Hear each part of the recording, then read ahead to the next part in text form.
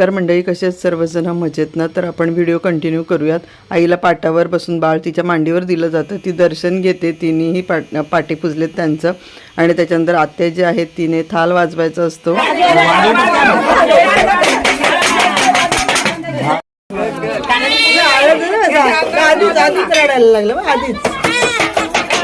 दोन्ही आत्यांनी थाल वाजवलेले आहेत. तर तांदूळ मी तुम्हाला म्हणाले होते की ते का ठेवले जातात, तर ते त्यासाठीच ठेवले जातात की त्याच्यावर बाळांना ठेवलं जातं आणि आत्या आपल्या दोन्हीही ताटं वाजून बाळांना रडवायचं असतं ॲक्च्युली तेव्हा.